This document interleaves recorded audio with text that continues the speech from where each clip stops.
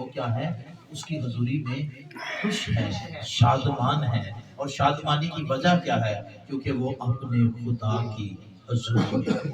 آمین آمین۔ وجہ کیا ہے شادمانی کی؟ کیونکہ وہ اپنے خدا کی حضوری میں ہے۔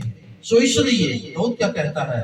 دل سے تیرا طالب ہوں گا۔ آگے جو اس کی بے چینی ہے ذرا غور کیجیے گا، کیا لکھا ہے؟ خوش اور پیاسی زمین میں، خشک اور پیاسی زمین میں جہاں پانی نہیں، کیا ہے؟ میری جان تیری اور میرا جسم تیرا مشتاق ہے۔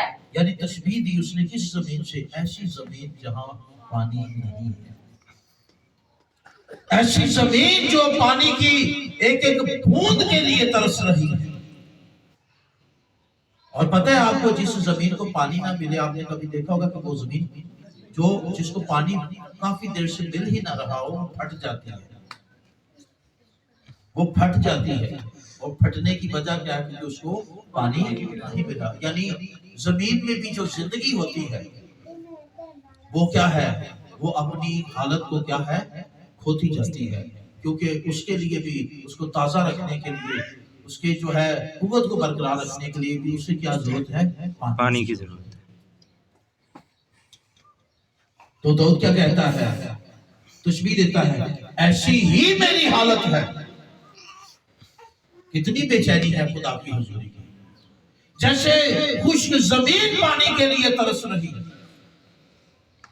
ایسے ہی آئے خداوند میری روح کیا ہے؟ تیری پیاسی ہے۔ کتنی پیاس ہے؟ کس سے تشبیہ دی؟ خشک زمین سے۔ آج میری اور آپ کی پیاس کیا ہے؟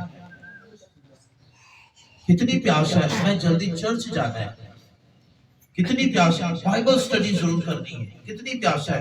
دعا ضرور کرنی ہے، کتنی پیاس؟ گیت ضرور گانے ہیں۔ نہ اگر کیا تو میرا دن اچھا نہیں گزرے گا، نہ اگر اس کا ذکر کیا تو میں بالکل بجھا سا رہوں گا، تھکا سا رہوں گا، کمزوری فیل کروں گا۔ کتنی پیاس ہے آپ کے اندر؟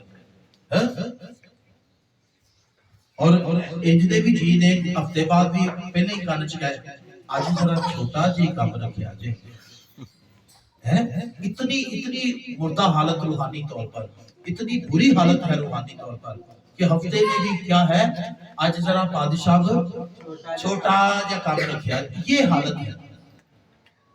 خدا کو بالکل جگہ دینا ہی نہیں چاہتے۔ دنیا میں اس طرح سے ہو چکے ہیں، جسمانی طور روحانی طور اس طرح سے جو ہماری کنڈیشن اتنی ویک ہو چکی، خدا کی کوئی ضرورت نہیں۔ جیسے خشک زمین کیا ہے؟ پانی کے لیے ترستی ہے، ویسے ہی میری روح خداوند کی کیا ہے؟ پیاسی ہے۔ ایسی طرف، ایسی بے چینی ہے۔ اور یہی زبور جو ہے 84 کی کنڈیشن ہے۔ آئیں مرکزی حوالے پہ آ جائیں، آگے بڑھتے ہیں۔ ایک تو بات بڑی سنجیدگی سے سننی ہے۔ آگے وہ کیا بیان کرتا ہے 84 زبور میں 4 آیت میں کیا لکھا ہے؟ اے لشکروں کے خداوند، ساتھ رہی، اے لشکروں کے خداوند۔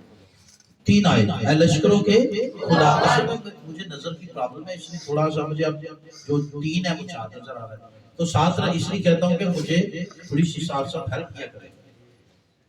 اے لشکروں کے خداوند، اے میرے بادشاہ اور میرے خدا۔